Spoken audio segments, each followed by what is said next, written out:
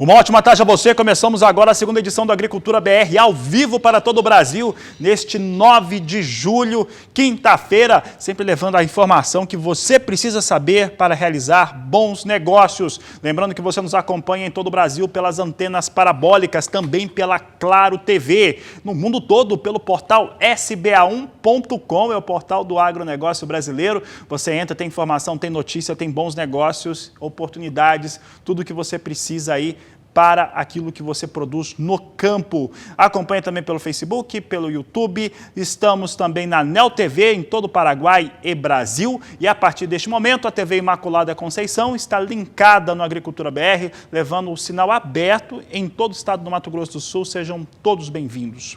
E olha, eu vou começar falando de arroba. Agora há pouco a gente estava acompanhando a programação, a agenda de leilões, sempre grandes oportunidades por aqui, e nós falávamos desde o começo do ano sobre aquela expectativa de ter valores bem acima de R$200 a partir do mês de julho. Esses valores começaram a acontecer no fechamento da primeira semana de junho, então antecipou até. Isso porque a procura por gado é muito alta e isso faz com que essa demanda consiga colocar os valores em elevação. São Paulo tinha valores de R$225 arroba na última semana, Mato Grosso do Sul 215, os valores vão se mantendo mais ou menos nesse patamar. Minas Gerais também lá na casa de R$215, e nós perguntamos para o professor Marcos Fava Neves como que ele está avaliando esse momento do mercado pecuário aqui no Brasil.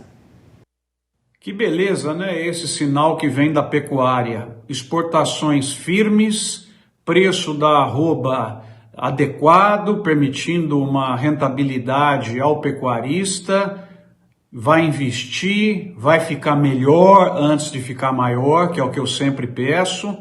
E com isso teremos uma sustentabilidade do negócio maior nos próximos anos. E sustentabilidade no pilar da economia, do meio ambiente e das pessoas. Uma pecuária forte é um Brasil forte. Uma cadeia da pecuária forte é importante para o Brasil, e a remuneração adequada em todos os seus elos é o que se deseja. Então é uma boa notícia que vem da pecuária. E essa notícia, principalmente na minha leitura, tem componentes de demanda que permanece aquecida na questão das exportações, o mundo, de certa maneira, voltando à sua atividade, os restaurantes voltando à sua atividade. No Brasil, não caiu tanto quanto se esperava, e a oferta, também você não cria boi de uma hora para outra com restrições. Esse choque todo traz um preço interessante para a arroba do boi, que eu acho que deve permanecer.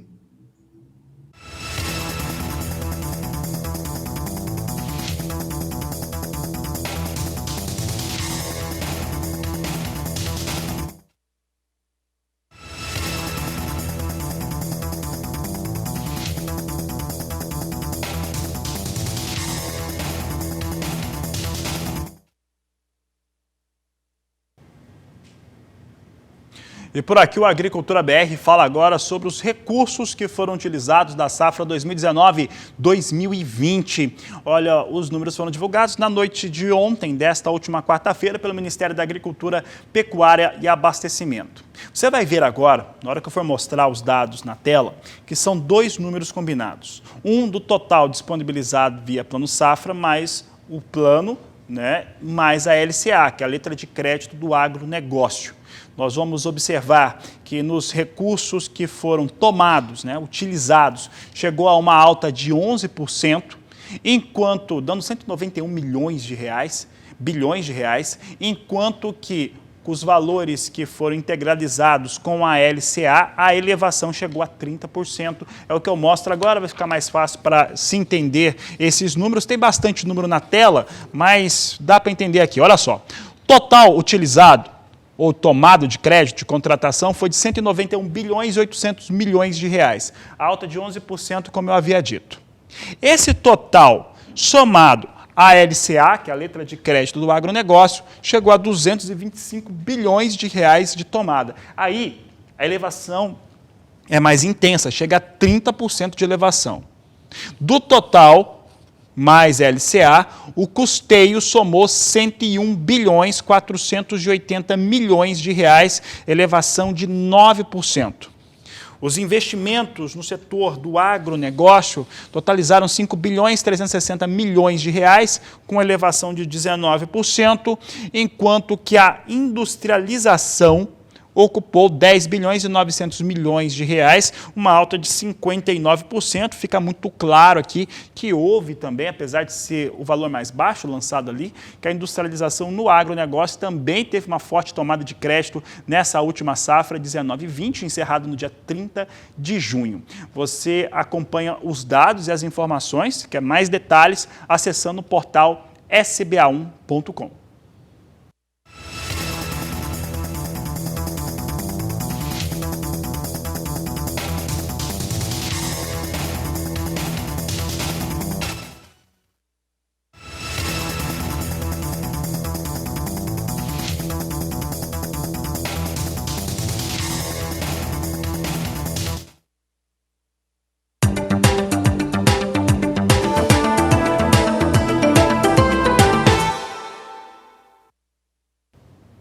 Na manhã desta quinta-feira, a consultoria Datagro divulgou os números para a comercialização de soja no Brasil, da safra 2019-2020 e também a comercialização antecipada da campanha 2020-2021, que passa a ser cultivada a partir do mês de setembro. Vou começar então pela safra 19-20. Houve uma ampliação na comercialização, está bem mais adiantado que qualquer safra anterior. Entretanto, a alta no mês de junho na comercialização da safra 19/20 foi mais lenta, foi de 3 pontos percentuais. Veja só como é que ficou o cenário. Aqui eu estou falando da safra 19/20 comparado com as safras anteriores no mesmo período. A média é de 76,3% de comercialização para o período. Na safra 18/19, na mesma data, portanto até 3 de julho do ano passado, 74,4% dela havia sido comercializada. Neste momento, a safra 19/20, com uma elevação de 3 pontos percentuais, chegou a 91,2% de comercialização de soja, de acordo com a Datagro, o que deve representar aí cerca de 111 milhões 290 mil toneladas de soja que foram comercializadas durante o período até o dia 3 de julho. É a safra, por enquanto, o maior recorde da história, a safra mais rápida em comercialização. Mas se ela é rápida, a 2021 deve ser mais ainda.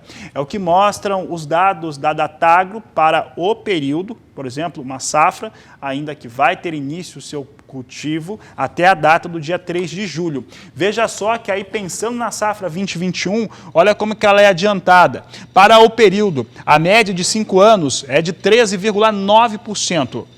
Ano passado, a safra de 19/20, ela estava em 18,2% comercializada até 3 de julho, enquanto que a safra 2020-21 chega a 36,2%, bem acelerada a comercialização até o dia 3 de julho. São os números para a soja em relação à comercialização. Os números são muito interessantes, com um real desvalorizado frente à moeda norte-americana, tornando o produto brasileiro bem competitivo e o faturamento, a receita em reais, ainda mais elevada.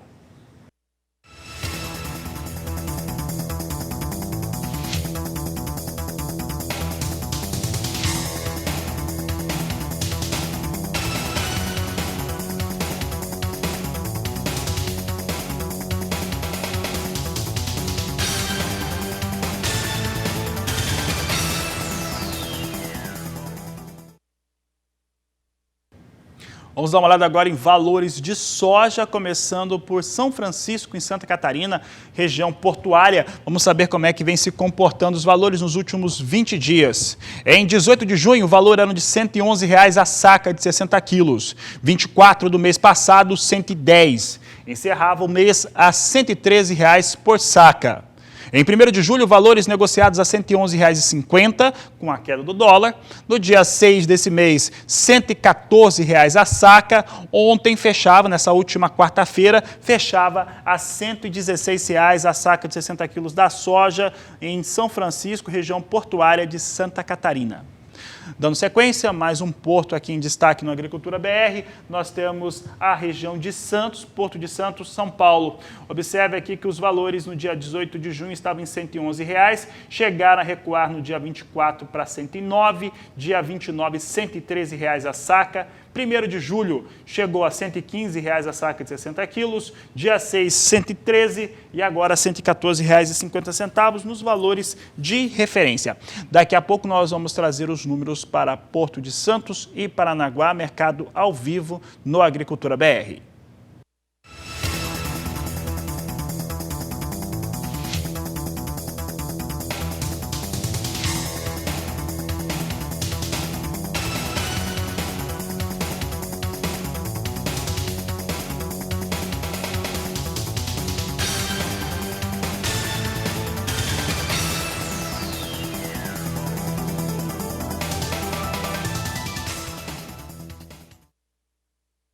Sigo falando de soja porque soja nesta última quarta e terça recuou. Depois de altas elevadas para oleaginosa negociado na Bolsa Norte-Americana, teve recuo. Vamos saber como é que vem hoje os negócios por lá. Nós temos soja hoje apresentando recuperação. Isso por conta de um volume de vendas e exportações no relatório divulgado hoje de manhã, nesta quinta-feira, pelo Departamento de Agricultura norte-americano, mostrando um fechamento, de vendas da safra 2019-2020, acima da meta, a última que foi estipulada. Deve ter alguns contratos que vão ser cancelados para passarem para 2020-2021 e um volume razoável de vendas também na safra 2021. Isso faz com que hoje o mercado tenha um ânimo diferente. Posição de julho vem a $9,04 mais 6 o bushel, sobe aqui pouco mais de 1%. Agosto, $9,01 mais 4, sobe 1% exatamente. Vindo a posição de setembro, a única que não está no piso de $9, $8,99 mais 6, também sobe 1%. E a posição de novembro, $9,05 mais 4, sobe pouco menos que 1% aqui os negócios com soja. Hoje o mercado mais animado por lá. Vamos saber como é que vem o dólar. Dólar comercial é o assunto de agora no Agricultura BR. Nós temos o dólar mais uma vez em recuo, 0,25% de queda para a moeda norte-americana, vindo a R$ 5,33, mais 3, assim vem a moeda norte-americana.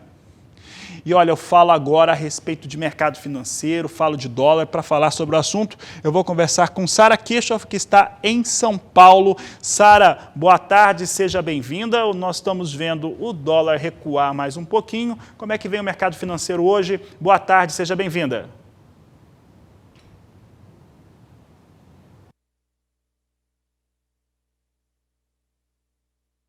As melhores condições para falar com a Sara. Perdemos o sinal agora, mas daqui a pouco vou conversar com Sara Kirchhoff sobre o mercado financeiro e também o comportamento da moeda americana sobre o dólar. O fato é que nós estamos trazendo números aqui que vão apresentando sinalizações que vão definindo preços, principalmente quando se fala de produtos de exportação, como soja, como café, como carne bovina, carne suína também. Então, antes de tentar um novo contato com a Sara, que vai falar o que vem acontecendo no mercado financeiro, hoje é uma situação atípica, porque teve uma antecipação de feriado em São Paulo, mas a B3, a Bolsa, está funcionando. Mas antes eu vou mostrar para você como é que vem soja. Soja negociada nos portos brasileiros, você acompanha comigo. Falei que ia trazer portos ao vivo e é o que eu faço agora, com entrega em agosto a R$ 116,00 a saca de 60 quilos da soja, sendo negociado nos dois portos aqui em destaque pela Grãos Corretora, tanto em Santos quanto em Paranaguá, vindo com valores a R$ 116,00 por saca de 60 quilos. É o que a Agricultura BR vai destacando para você aqui no programa. Ainda não conseguimos melhor contato com a Sara, mas a Sara fez uma entrevista muito interessante, no qual ela fala sobre operações cambiais, sobre garantias e situações que são importantes para os negócios. E para falar a respeito deste assunto, ela conversou com Mauriciano Cavalcante, que explicou um pouco do que vem acontecendo no mercado e como que a volatilidade do dólar pode ser que tenha aí uma situação um pouco melhor a partir de agora. É o que você vê na entrevista com Sarah Kirchhoff. Mauriciano Cavalcante fala comigo pela internet, hoje já esteve aqui conosco nos estúdios e hoje a gente vai falar então à distância. Mauriciano, primeiramente seja muito bem-vindo ao canal do Boi e eu começo te perguntando em relação ao dólar, né? A moeda norte-americana tempos atrás estava próxima de um patamar de R$6, agora já está em torno de R$5,30.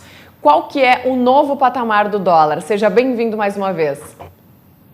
Olá, um prazer falar com vocês, um abraço a todos os ouvintes. O dólar, ele, ultimamente, após o anúncio, após o surgimento, né, da pandemia, ele tem realmente estado num patamar de sempre com viés de alta, né? Uhum. Nesses últimos dias, ele tomou um ponto de equilíbrio que ele está entre 5,30 e 5,50. Uhum. Então ele tem esse ponto de equilíbrio, essa boca de jacaré, né? Porque você tem um percentual até razoável, né?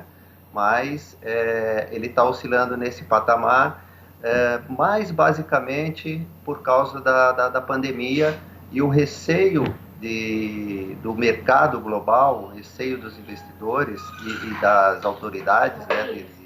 De todos os países, é a segunda onda, Uhum. né, dessa pandemia, principalmente em países de primeiro mundo, como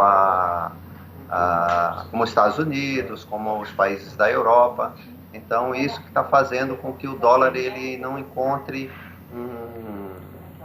um patamar de estabilidade. Uhum. Então ele achou esse ponto de equilíbrio, né, entre 5,30 e 5,50, porém é um ponto de equilíbrio sem estabilidade. Sem estabilidade. Mauri, enquanto o dólar está nessa situação assim, ele está, claro, mais baixo do que ele estava um mês atrás, por exemplo, está nesse patamar, como você falou, entre 5,30 e 5,50, ainda muito volátil, apesar das preocupações dessa segunda onda de coronavírus, como você bem colocou, o Ibovespa, por exemplo, registrou aí nos últimos dias o melhor patamar dos últimos 4 meses e agora está novamente se aproximando daquele patamar dos 100 mil pontos. O que explicaria essa disparada aí do Ibovespa? A Bolsa Brasileira, ela realmente está se desvinculando um pouco das notícias internacionais e até se desvinculando um pouco da economia. Basicamente, o que a gente tem visto é que os investidores externos, eles estão basicamente tirando todos os reais das suas aplicações em países emergentes, em países de risco maior. Uhum. O que está acontecendo no Brasil é até um caso à parte, porque aumentou muito os investidores internos, principalmente as pessoas físicas. Por isso que nós estamos ainda, a nossa Bolsa está segurando esse patamar, podendo chegar novamente nos 100 mil pontos e até ir buscar novos patamares, até ir buscar o recorde que ele bateu, que foi quase 120 mil pontos. Então está sendo um diferencial interno que está fazendo com que a Bolsa chegue nesse patamar. Porém, a gente tem que tomar muito cuidado no investimento na Bolsa, justamente com esse medo, com esse receio da segunda onda. Certo. Que pode trazer graves consequências. Perfeito, perfeito. Com certeza tem que ficar de olho mesmo. Outro ponto que eu queria ver com você. A gente teve aí, essa semana, dados divulgados em relação às vendas no varejo pelo IBGE, mostrando um salto de quase 14% no mês de maio. Evidentemente, isso ainda não recupera, né, aquelas perdas dos 2 meses anteriores, mas esse número veio muito acima do esperado pelo mercado. Assim como saiu o IGP-DI, né, da FGV, que é o Índice Geral de Preços, do mês de junho, que também veio acima do esperado. Você acredita que essa combinação de fatores, né, mostrando uma inflação um pouco mais controlada, pode fazer com que a taxa básica de juros no Brasil, a Selic, ela não tenha um novo corte esse ano, como era esperado até alguns dias atrás? Realmente, os números Eles eram números esperados, mas não do jeito que veio, né? Porque nós tivemos um mês de abril que foi o pico, né, da pandemia. Pelo que todos falam, o pico da nossa pandemia no Brasil foi em abril, né? Então, em maio, nós já tivemos um número bastante expressivo de recuperação, e em junho, nós não temos um número ainda, mas realmente a previsão é que esse número realmente seja muito bom também. Podemos afirmar que esses números bons, ele está muito relacionado a duas coisas, a dois motivos. Um é o mês de abril, que realmente foi um mês terrível, do top, né, da pandemia, e o outro a gente pode relacionar muito a nossa agricultura, né,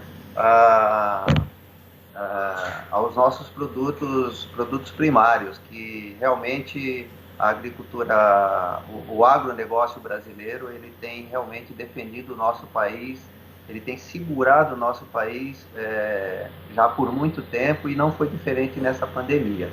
Com relação aos juros, sim, há poucos números, acho que eu colocaria aí uns 30%, ainda acredita num corte de 0,25, que seria um corte de ajuste.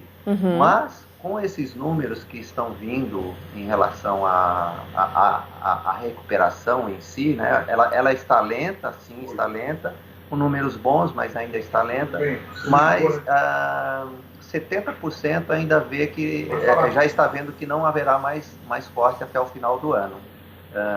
Justamente por isso, essa recuperação pode trazer um pouquinho mais de uma inflação, né? Então, seria bom realmente o governo dar uma segurada nos juros. Você faz parte dos 30% que ainda esperam um novo corte da Selic, ou dos 70% que acredita que não deverá haver um novo corte esse ano? Olha, vai depender muito dos números de junho, e vai depender muito da aproximação ou não de uma segunda onda. Nesse momento, eu acredito que realmente não haverá mais corte, não. Certo. De juros. Tá certo, Mauriciano. Muito obrigada pela sua participação aqui conosco, viu?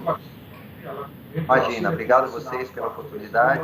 Precisando, estamos sempre às ordens. Obrigada. Esse foi então Mauriciano Cavalcante falando da Ouro Minas. E nós ficamos por aqui. É com vocês.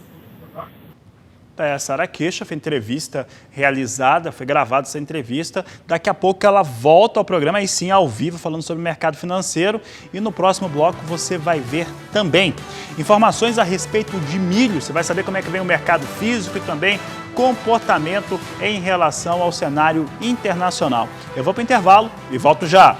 Falamos de milho agora no Agricultura BR, falando um pouco a respeito de como vem a situação das lavouras no estado do Paraná. De acordo com o Departamento de Economia Rural da Secretaria de Agricultura do Estado, milho vai desenvolvendo, milho segunda safra, e nós vamos dar uma olhada agora como é que vem a situação das lavouras. É o que nós acompanhamos agora nesse gráfico, que mostra que 44% das lavouras paranaenses estão em boas condições, 38% em médias condições, 18% em condições ruins. É um índice elevado, como eu conversava com meus colegas aqui de estúdio, com o Diego e Luiz. Por quê? Porque foi afetado pelo clima aí o estado do Paraná, e isso faz com que as lavouras tenham um desempenho inferior. E é um dos motivos que faz crer que a oferta de milho no segundo semestre é ainda menor, já que o Paraná é o segundo maior produtor de milho do país. Se você percebeu ali na tela, mostrou que a colheita no Paraná está na ordem de 8% na segunda safra.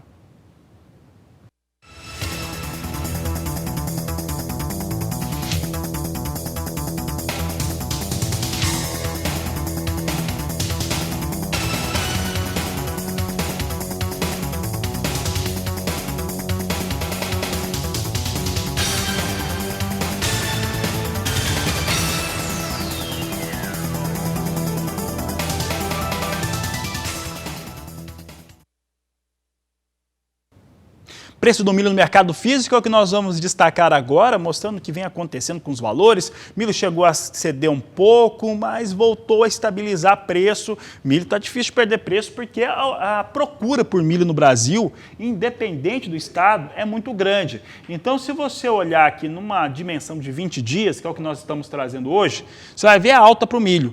Se você ver na última semana, tem estabilidade de preço, então é bem difícil o milho perder preço mesmo com a colheita da segunda safra. 18 de junho vinha a R$ 36,00 a saca de 60 quilos. O dia 24 apresentava R$ 38,00 por saca. Dia 29, R$ 37,50. Dia 1º de julho, R$ 40,00 a saca. Dia 6, R$ 40,50. E nesse último dia 8, R$ 40,00 por saca de 60 quilos. É o destaque do Agricultura BR, que agora traz a praça de Minas Gerais. Acho que nós vamos ver Uberlândia, se eu não estou enganado. Um grande abraço para o pessoal de Uberlândia, sempre foi muito bem recebido nessa grande cidade de Minas Gerais. Dia 18 de junho, vinha com valor de R$ 43,00, esse valor se repetiu no dia 24, dia 29, R$ 44,50. 1º de julho, R$ 46,00 por saca. Dia 6 desse mês, 47, sobe mais um pouco, R$ 47,50 é o valor da saca de 60 quilos de milho em Uberlândia, estado de Minas Gerais. Um grande abraço a todos vocês que nos acompanham aí, o canal do Boi, o Agricultura BR.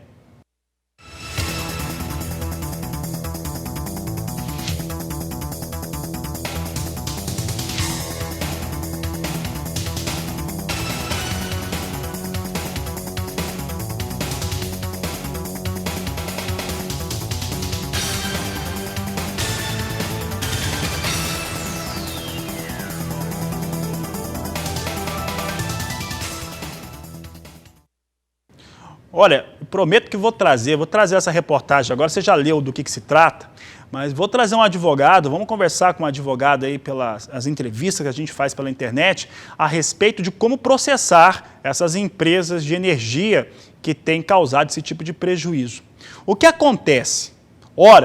Empresas que são as gestoras, as chamadas concessionárias de energia nos estados, principalmente no centro-oeste do país, têm feito com que se tenha muita oscilação de energia dentro das áreas rurais. Aliás, não é só área rural não, na área urbana também. Só que na área urbana tem mais gente para reclamar, então eles dão um jeito de cuidar disso um pouco mais rápido. Mas nas áreas rurais isso tem acontecido. E qual que é o resultado? Queimam-se equipamentos de toda ordem e estão queimando os equipamentos que são ligados aí ao aspecto de campo, principalmente os pivôs de irrigação.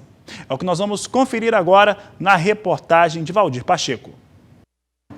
A oscilação na energia elétrica tem provocado prejuízos aos produtores rurais nas principais regiões produtoras de grãos de Mato Grosso. A reclamação é que esse tipo de irregularidade na transmissão da energia tem se tornado frequente, queimando transformadores e o anel coletor do sistema de pivô central para a irrigação, principalmente para aqueles produtores que plantam a segunda safra de algodão, terceira safra como feijão e arroz irrigados.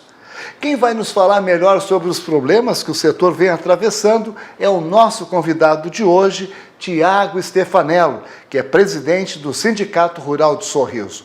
Olá, Tiago, obrigado por aceitar o nosso convite. Seja muito bem-vindo aqui no canal do Boi. Tudo bem, Pacheco, em especial os telespectadores do canal do Boi. Estamos à disposição do amigo. Tiago, o que de fato vem ocorrendo com a energia elétrica no setor produtivo de Mato Grosso?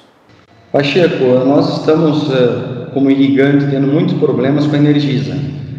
As oscilações de energia na parte noturna, as quedas de energia, muitas vezes a energia, o produtor ou a empresa regula o TAP do transformador com uma voltagem, a energia ela dispara ou baixa, fazendo com que o sistema de irrigação caia, e muitas vezes está queimando esses sistemas, fazendo com que o produtor não consiga irrigar o seu feijão, o seu arroz, o seu algodão, causando enormes prejuízos financeiros, além dos prejuízos operacionais em toda a fazenda. Podemos dizer que isso aí seria um desserviço da Energisa, que é responsável pelo fornecimento dessa energia, Tiago? Com certeza, Pacheco, estamos aí diuturnamente, os produtores ligando no 0800, fazendo suas reclamações e os problemas não são resolvidos. Muitas vezes os funcionários faltam equipamentos para substituição, que não tem peça para substituição na rede, não tem mão de obra para fazer essa assistência aos produtores. E o produtor paga muito caro mesmo, para essa energia que é fornecida pela Energisa. Hoje um irrigante ele vai gastar em média de 500 a 700 reais por hectare durante a safra, ou às vezes até mais. Então isso é um custo muito alto, muito alto, fazendo com que a energia não dê esse suporte e esse aporte de assistência que é necessário para os irrigantes. Ô Tiago, além de trazer esse prejuízo aos produtores queimando equipamentos, queimando geradores, a Energisa ainda, através da ANEEL, né, fez uma referência aí no aumento da energia ainda, querendo aumentar a energia com esse sistema ineficiente. Ah, sim, eles estão aumentando, só não aumentaram anteriormente devido a essa pandemia aí que assola todo o Brasil. Então, hoje eles fizeram esse aumento de energia. Mas a questão é que eles não dão assistência, não dão o respaldo que o produtor assim precisa. E o problema não é só no campo, o problema é na indústria, na cidade, é generalizado. Eu acho que a Energisa teria que rever a atenção para todo a parte ou urbana ou rural, em especial a parte rural, que no momento da irrigação precisa ser irrigado no ato, porque a planta ela não espera, né? Ela precisa de água para sobreviver. Uma solução que os produtores estão encontrando hoje aí seria a energia solar, né? Então, houve um aumento aí de quase 300% nos pedidos de outorga para viabilizar isso. Como é que está essa questão? A questão da energia solar, a demanda está aumentando significativamente. Há vários anos esses números que você passou são reais. O que acontece é que é o seguinte: por mais que o produtor faça o uso da energia solar, ele tem que jogar na rede, ele tem que jogar para a Energisa, ele tem que jogar para a concessionária. Aí ela retorna essa energia para o produtor nessa diferença de acerto de custo. O problema está nesse retorno da energia, né? Oscilações de energia, quedas de energia, picos de energia, manutenção muito baixa nas redes de energia. Com o aumento da irrigação, tem que ser melhorado as redes, tem que ser melhorados os capacitores, os estabilizadores, tudo isso. E isso a Energisa não está fazendo, a Energisa não está fazendo. Ok, Tiago. Muito obrigado aí mais uma vez pela sua participação. Foi muito bom você esclarecer isso para esses produtores aqui do estado de Mato Grosso. Obrigado, Pacheco, um grande abraço e obrigado pelo apoio que vocês nos dão aí diuturnamente nas nossas demandas. Grande abraço. Ok, Tiago, obrigado. Acabei de conversar com o Tiago Stefanello, presidente do Sindicato Rural de Sorriso. De Sinop, Mato Grosso, Valdir Pacheco. Pacheco, situação que é grave, né? Porque vai queimando equipamento e isso traz prejuízos para o produtor rural. Agora sim falamos sobre dólar, mercado financeiro. Agora eu vou conseguir estabelecer esse contato ao vivo com a Sara. Sara, muito boa tarde, seja bem-vindo. Hoje foi adiantado um feriado em São Paulo, mas a Bolsa está funcionando. Seja bem-vinda, Sara. Muito obrigada de novo, Fabiano. Boa tarde para você, boa tarde a todos. Pois é, hoje, 9 de julho, feriado em São Paulo, mas muitas entidades, muitas empresas fizeram antecipação desse feriado como uma sugestão, inclusive, do próprio governo federal e também municipal. A Bolsa, a B3, né, Brasil Bolsa Balcão, não fez antecipação do feriado e também decidiu por não fazer o feriado hoje. Então, a Bolsa está operando normalmente, temos operação, então, no mercado de ações. Eu vou começar destacando o dólar, viu, Fabiano? A moeda norte-americana começou já a sessão de hoje em queda frente ao real brasileiro. De um modo geral, o dólar perde força também no exterior, frente a uma cesta de divisas aí ao redor do globo, só que a queda no meio da manhã estava bem mais acentuada do que agora. Ele vinha de uma variação negativa de 1,5% frente ao real brasileiro e, nesse momento, a desvalorização do dólar está na casa de 0,62%. O dólar comercial cotado nesse exato momento na casa de R$ 5,31. Então, ainda em queda, mas uma queda menos intensa do que aquela que foi observada ao longo da manhã desta quinta-feira. Investidores atentos ao menor volume de negócios durante a manhã de hoje e também a fluxos pontuais que deixaram o mercado suscetível a amplas oscilações. O mesmo é observado também na Bolsa de Valores. Hoje de manhã o Ibovespa, principal índice aí da Bolsa, tinha uma valorização interessante, depois de subir bastante ontem também, mais de 2%.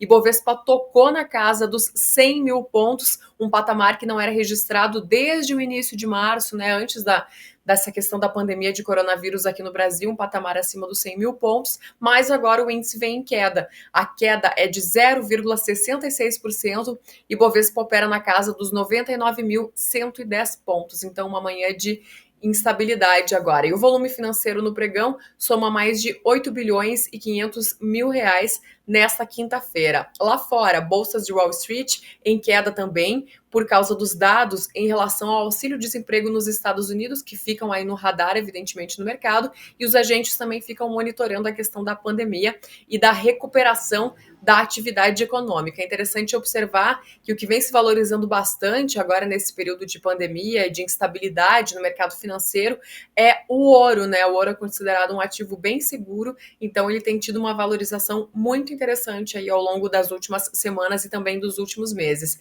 Eu continuo acompanhando tudo isso aqui de pertinho, volto mais tarde na terceira edição do Agricultura BR e logo depois também no programa Mais Pecuária, já trazendo os números consolidados do mercado financeiro para esta quinta-feira. Devolvendo o sinal para Campo Grande, Fabiano, é com você. Obrigado, Sara. Uma boa tarde para você e até mais na terceira edição. Por aqui eu falo agora do relatório da Única, que foi divulgado na manhã desta quinta-feira, trazendo os dados de moagem de cana na segunda quinzena do último mês. Totalizou 42.920.000 toneladas. Vamos ver como é que ficou o cenário para a moagem de cana-de-açúcar no centro-sul do Brasil. 42.930.000 toneladas, um recuo de 7,73% frente ao mesmo período do último ano. A relação em torno do que foi passado pela moagem de cana-de-açúcar deu conta de 2.730.000 toneladas de açúcar que foram produzidas, uma alta de 23,34%. Já o etanol totalizou 1.960 bilhões de litros que foram produzidos, sendo que 88.630.000 a partir de milho são os números da Única para esta segunda quinzena do mês de junho, uma safra nitidamente açucareira. A Agricultura BR vai para o intervalo comercial, ainda hoje eu falo de café, ainda hoje eu falo também de show rural Copavel. Você vai entender por que eu vou falar desse assunto daqui a pouco, depois do intervalo. Preços do café por aqui no Agricultura BR, vou mostrar como é que vem os valores no acumulado de 20 dias na região de Guaxupé, Minas Gerais. Olha só, dia 15 de junho, R$ 480 a saca. No dia 19, chegou a R$ 495. No dia 26, R$ 500 por saca. 2 de julho é o maior valor de pico aqui nesse período considerado, chegou a R$ 530. E agora, 9 de julho, R$ 515 por saca, de acordo com as informações da Bolsa Brasileira de Mercadorias, para os valores praticados em Guaxupé. É o que a Agricultura BR vai trazendo para você. Vamos falar agora realmente de uma das maiores feiras agrícolas do mundo. Eu falo da Show Rural Copavel, é uma feira que eu gosto demais, vou todos os anos, eu acho que faz muito tempo que eu não deixei de ir na Show Rural, sempre vou na Show Rural mesmo, é uma feira que impressiona pela organização, pelo aquilo que faz, aquilo que apresenta, e a diretoria da Copavel, que administra a Show Rural Copavel, vai trazer uma modalidade da Show Rural no modelo online. Quem fala a respeito deste assunto é o Rogério Rizardi, que é o diretor da Show Rural Copavel, meu amigo, que conversa com o repórter Mauro Andrade. Nestes tempos de isolamento social, as empresas estão buscando novas formas de interagir com seus clientes e colaboradores. É o caso da Copavel, que este ano está organizando a Feira de Inverno online, conforme nos explica Rogério Rizardi. Ele é coordenador geral da Show Rural Cascavel, aqui no Paraná.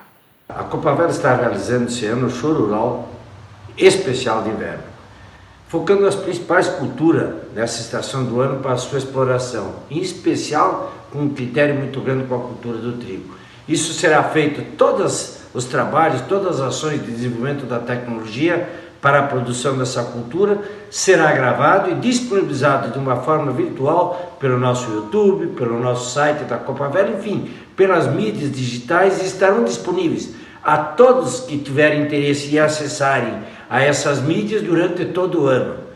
Se houver a possibilidade de poder também fazer de uma forma presencial no final de agosto, será também apresentado todos esses trabalhos. Senão, Todas as semanas nós teremos um conteúdo que vai de 10 a 12 minutos, justificando e mostrando como é que deve ser feito a tecnologia própria àquela fase de desenvolvimento dessas culturas.